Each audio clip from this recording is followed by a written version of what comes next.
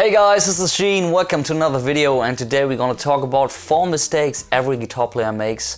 And this video is a self-reminder as well, because I catch myself all the time doing these mistakes, and if you're aware of these mistakes, it can really help you to create better guitar solos and be better at improvisation. So have fun with the video.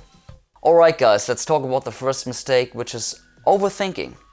So if you go back in time and look at jazz pioneers who paved the way for the following generations, such as Wes Montgomery or Django Reinhardt, you will recognize that they actually didn't know that much about music theory.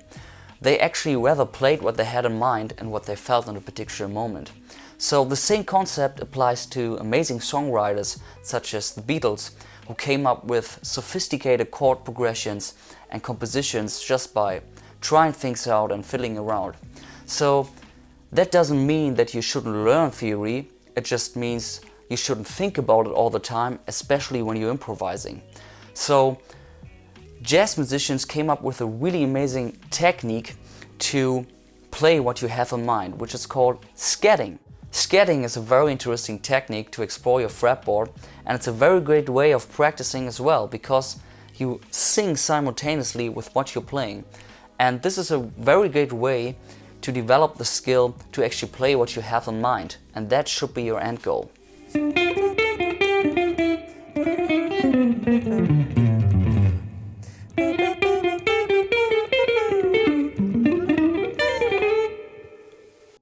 Alright guys, let's talk about the second mistake, which is playing scales rather than melodies.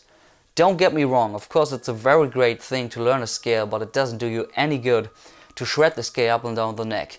You should rather develop the skill to identify what feel the scale is giving to you and what vibe the scale has, because every scale, every mode has a different feel to them, and it's up to you to decide where you want to use the scale and what kind of emotion you want to give to your audience. Of course, there are certain progressions and chords where it's common to use a specific scale, but it's very essential to understand the vibe of the scale, and I came up with a very easy technique that can help you to develop that skill.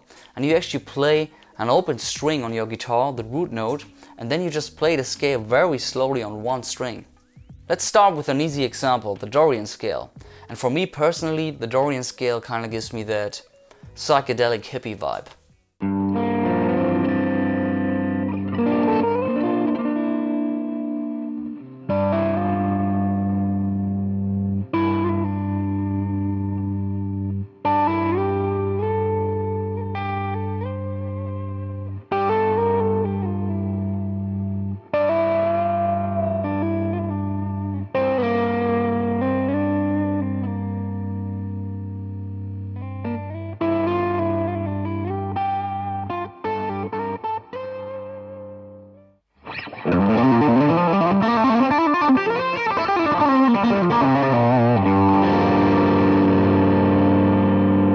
Alright guys, let's talk about the third mistake, and this is a very important one. Accept your limitations.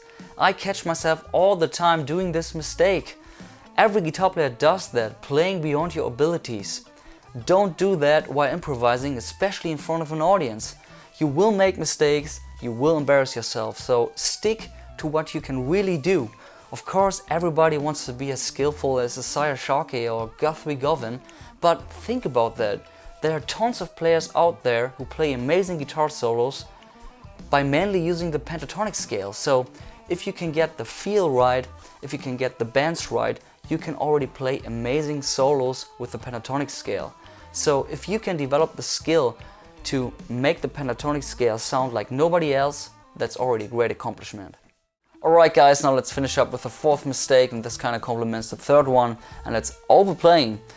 You really don't need to show your skills to the audience all the time, rather try to play a very good sounding solo that serves the song. And a very good method for that is finding motives, finding little melodies that sound good over the track. And if you find a motive, you can repeat it, maybe change it up a little bit to make it more interesting. I mean, think about Pat Metino. He can play a pattern for 10 minutes and it sounds kind of good.